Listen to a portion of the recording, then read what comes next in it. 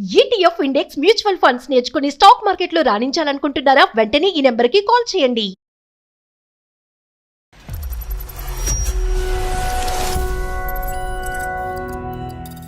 ఇంట్లో మ్యాచెస్ చూస్తున్నారు, నేను దాన్ని క్యాన్సిల్ చేయలేకపోతున్నాను, రీజన్స్ వెతకలేకపోతున్నాను అంటే ఓకే చేసుకో అంటున్నాడు సార్.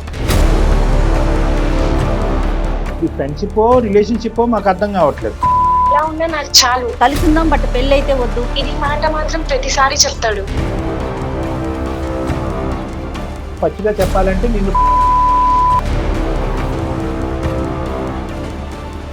ఇటువంటి మాటలు మాట్లాడే వాళ్ళని అందరినీ కూడా మోసగాళ్ళు అంటాం. నేను ఇంకా సూసైడ్ అయినా చేసేసుకుంటాను, నువ్వు లేకపోతే నేను ఉండలేను. ఫైనాన్షియల్ గా నీకు సపోర్ట్ చేస్తాను. నీ మీద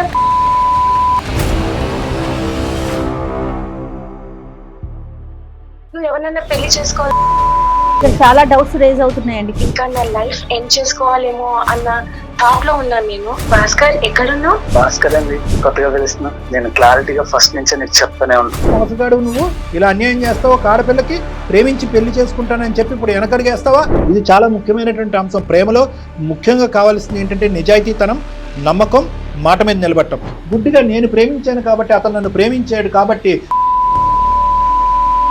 ఈ ప్రాబ్లంకి అయితే సొల్యూషన్ కనిపించాలి, చెప్పాలి. ఇవన్నీ పబ్లిక్ లో చెప్పుకునే కాదు మేఘనా. పెళ్లి వరకు వద్దు అని చెప్పి మీరు ప్లేట్ ఫిరాయించి ఎడ్యుకేటెడ్ ఫ్యామిలీ సార్, ఇవన్నీ వద్దు సార్.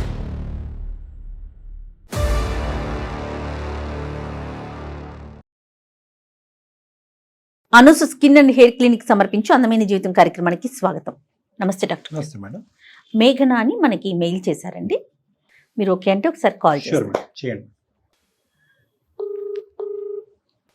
హలో హలో, నమస్తే అండి, మేఘన గారు మాట్లాడేది. ఎవరండి? నేను జయానండి, సుమన్ టీవీ అందమైన జీవితం ప్రోగ్రామ్ నుంచి కాల్ చేస్తున్నాను. మెయిల్ చేశారు కదండి మేఘన గారు, మీరేనా? అవునండి, నేనే అండి. మీరు ఇంత తొందరగా రెస్పాండ్ అవుతారని అనుకోలేదు మ్యామ్. చాలా థ్యాంక్స్ అండి. డాక్టర్ గారితో ఒకసారి మాట్లాడండి అండి. హాయ్ అమ్మా. హాయ్ సార్, నమస్తే సార్. నమస్తే. మీ వీడియోస్ చూస్తూనే ఉంటాను నేను. థ్యాంక్ యూ అమ్మా, థ్యాంక్ యూ. చెప్పమ్మా, ఏంటమ్మా ప్రాబ్లం? నేను ఒక సాఫ్ట్వేర్ ఎంప్లాయీ అండి. అమ్మా నాన్న ఒక తమ్ముడు. ఓకేనమ్మా. ఇంట్లో మ్యాచెస్ చూస్తున్నారు, నాకు నచ్చక ఇప్పటికే 10 సంబంధాలు క్యాన్సిల్ చేశాను. ఓకే. ఇంట్లో ఫోర్స్ చేశారు, అసలు ఏంటి నీ ప్రాబ్లం అని. అమ్మా. తప్పక రివీల్ చేశాను, అంటే నేను ఒకరిని ఇష్టపడుతున్నాను అని. Naturally. సో ఎవరు ఏంటి అని అడిగితే డీటెయిల్స్ చెప్పాను. అతనే నా పార్ట్నర్ అని అనుకుంటున్నా అంటే వాళ్ళు కూడా చాలా హ్యాపీగా ఫీల్ అయ్యారు. ఓ కానీ ఇక్కడే ప్రాబ్లం అంతా స్టార్ట్ అయింది సార్. ఏంటమ్మా? అంటే అతనికి నేను ఇష్టమే, అది నాకు తెలుస్తుంది. నన్ను చాలా కేరింగ్ గా చూసుకుంటారు. ఒకవేళ నాకు బాగోలేదు అంటే ఈ టాబ్లెట్ వేసుకో, ఆ టాబ్లెట్ వేసుకో, హాస్పిటల్ కి వెళ్తావా లేకపోతే రమ్మంటావా, ప్రేమగా అసలు చూసుకుంటారు. ప్రతి ఒక్కటి చాలా కేరింగ్ గా తీసుకుంటారు. మనీ ప్రాబ్లం అయినా నేను చెప్పని అవసరం లేదు, అన్ని తనే చేస్తాడు.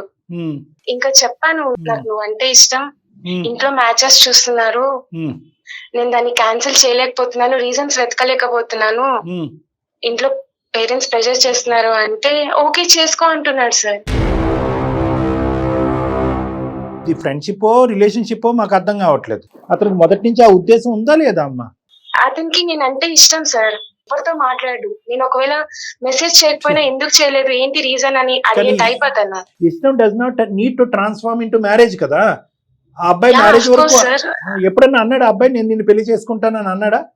లేదు సార్, అతన్ని లైఫ్ లాంగ్ నేను తోడుంటాను, బట్ మ్యారేజ్ అంటే వెనకడుగు వేస్తున్నాడు. మరి అట్లా ఫోర్స్ గా కూడా చెప్పట్లేదు, నువ్వంటే నాకు ఇష్టం లేదు అని కూడా చెప్పడం లేదు. ఈ మధ్య కాలంలో మనం చూస్తున్నాం కదా, కలిసి ఉందాం బట్ పెళ్లి అయితే వద్దు, అలా ఏమన్నా ఆలోచిస్తున్నాడా అతను?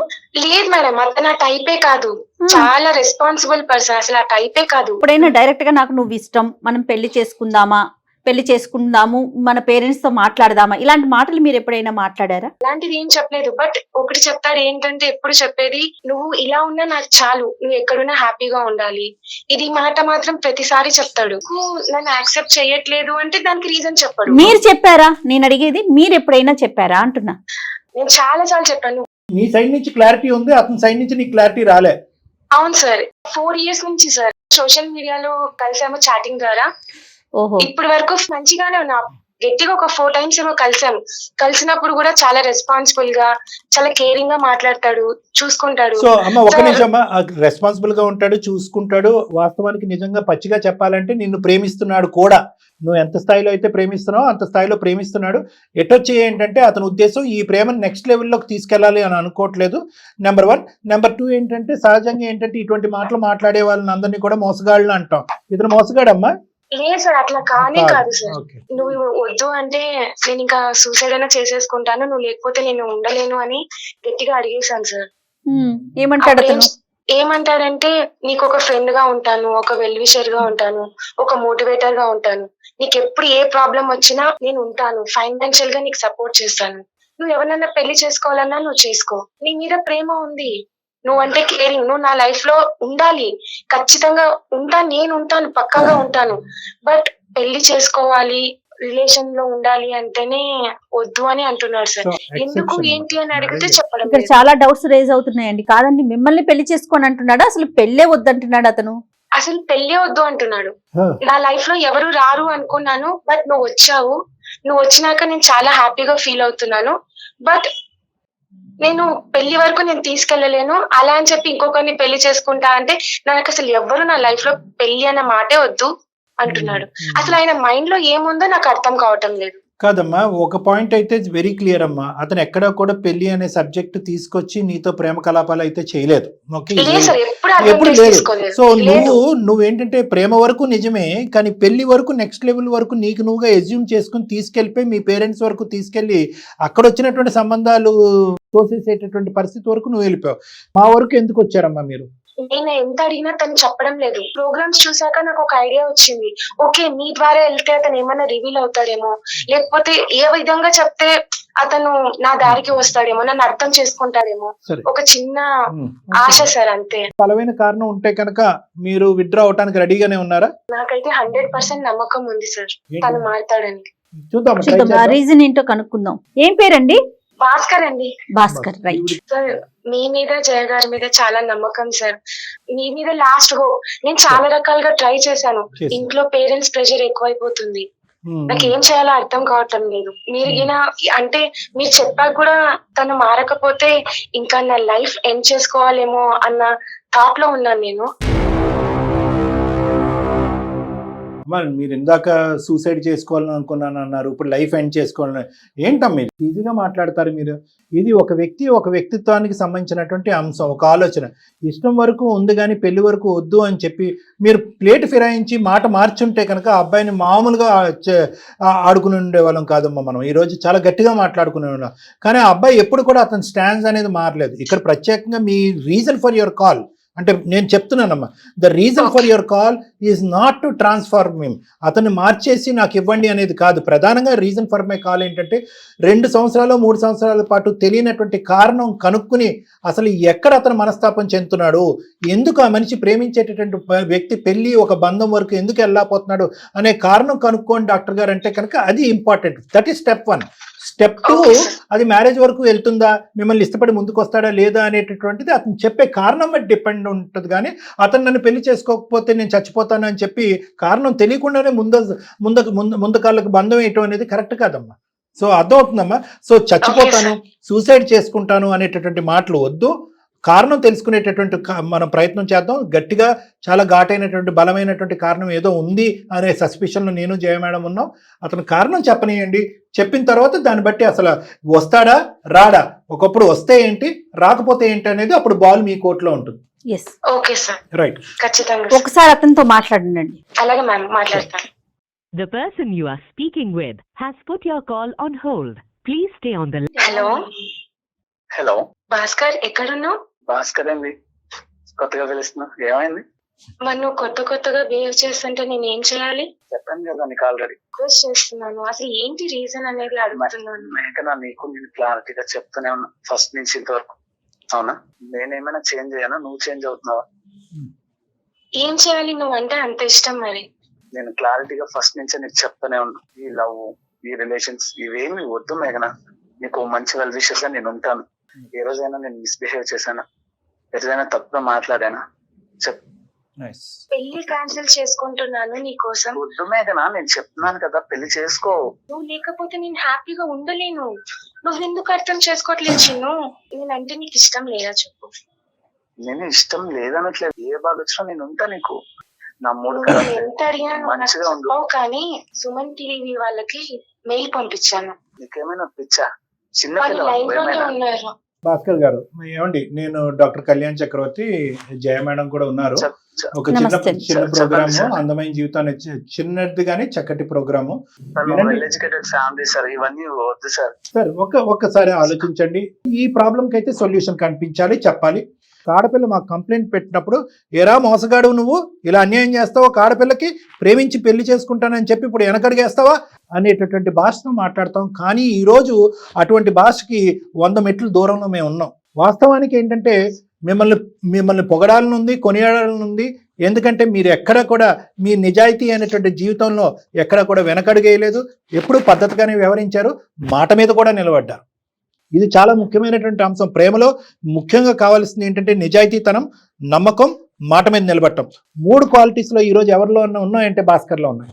అయినా కూడా ఏంటంటే అండి, సహజంగా ఒక ప్రేమించినటువంటి ఆడపిల్ల ఎప్పుడైనా కూడా అతను ప్రేమించి నమ్మకంగా ఉన్న వ్యక్తిని భర్తగా చూసుకోవాలని అనుకుంటుందే కానీ ఒక వెల్ విషర్ గానో ఒక ఫ్రెండ్ గానో చూసుకోవాలని. ఇప్పుడు ఇక్కడ ప్రధానంగా ఉన్నటువంటి ప్రశ్న భాస్కర్ గారు, ఒకే పాయింట్ చెప్తాను, తర్వాత మీరు కంటిన్యూస్ గా మాట్లాడుతారు. కానీ ఇక్కడ ఈ రోజు మా ఎంట్రీ, ఈ రోజు మేఘన యొక్క ఉద్దేశం ఏంటంటే, డాక్టర్ గారు నాకు అతనే భర్తగా కావాలి, అతన్నే ప్రేమించాను, అతను లేకపోతే నేను చచ్చిపోతానని అంటే కనుక అక్కడే కట్ చేసాం అమ్మాయి మాటకి. అమ్మ అది కాదు.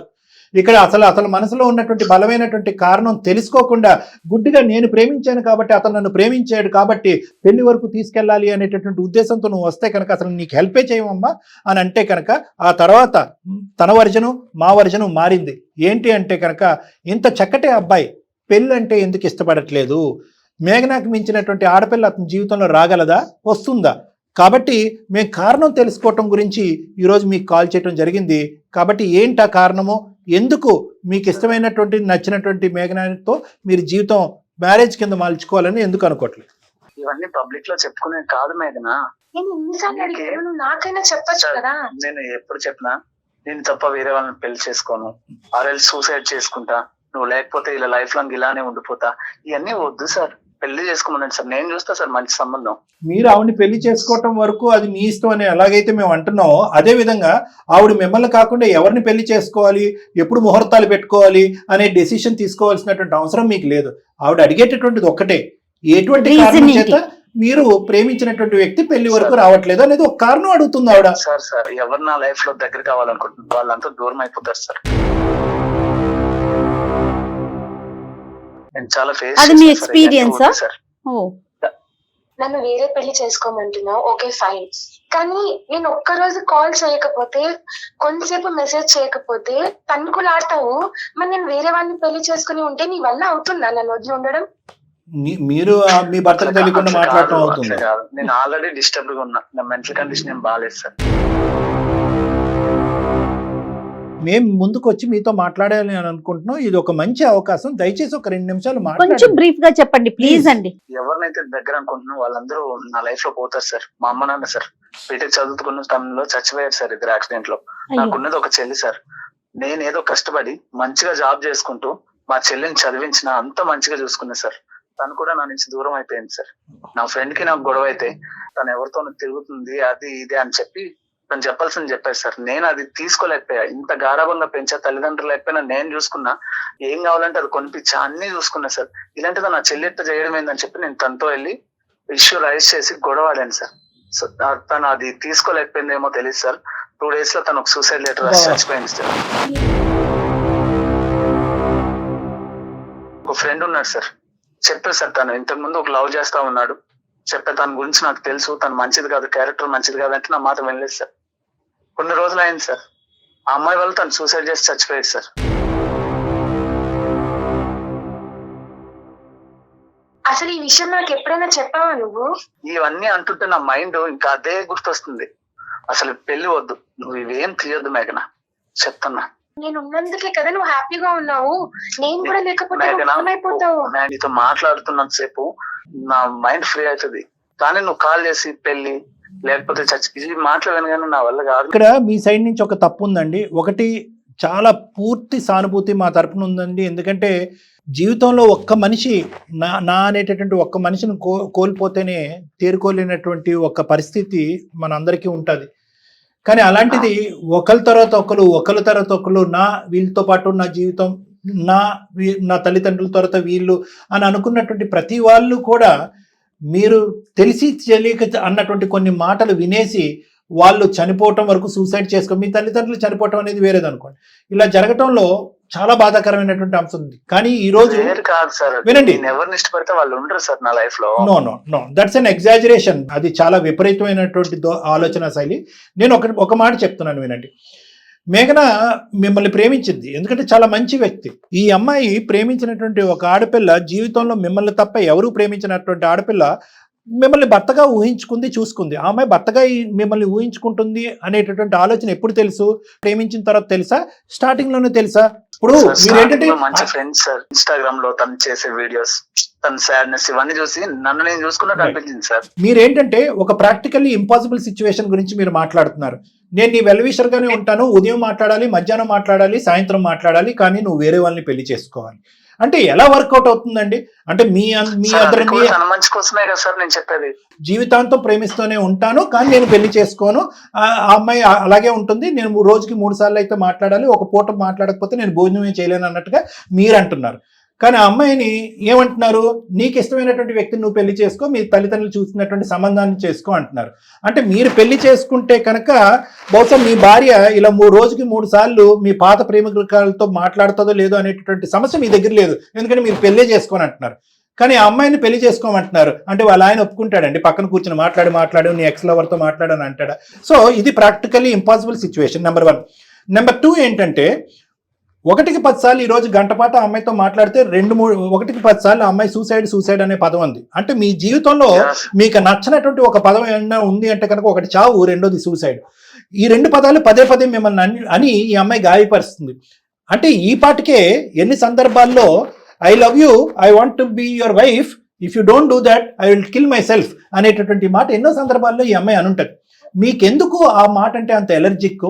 ఎందుకు? ఎటువంటి సంఘటనలు మీ జీవితంలో జరగటం వల్ల ఈ రోజు మానసికంగా మీరు ఇలా మారిపోయి పెళ్ళే వద్దురా బాబు, అసలు ఏ బంధం వద్దు, ఒంటరిగా పుట్టే ఒంటరిగానే చచ్చిపోదాం అనేటటువంటి డెసిషన్ మీరు వచ్చారు అని చెప్పుంటే కనుక లేదంటే స్టార్టింగ్ నుంచే ఇంత గాఢమైనటువంటి ఉన్నాయి, నువ్వు ఎక్కడో ఆశలు పెంచుకుని ఏదో చేసేసుకుంటున్నావు, నిన్ను నువ్వు నిరాశ చెందుతావు అని స్టార్టింగ్ లోనూ మీరు చెప్పుంటే కనుక బహుశా ఈ అమ్మాయి ఈ స్థాయిలో ఆశలు పెంచుకుని ఉండేది కాదు. ఇందాక ఆ అమ్మాయి మీద మేము కోప్పడ్డాం, అమ్మ ప్రేమ వరకు నిజమే, పెళ్లి వరకు కాదని మొదటి నుంచి అబ్బాయి అంటున్నాడంటే కనుక ఇక్కడ ఎలా ఉంది అంటే ప్రేమ వరకు నిజమే, పెళ్లి గురించి మీరు లెక్క తేల్చట్లేదు.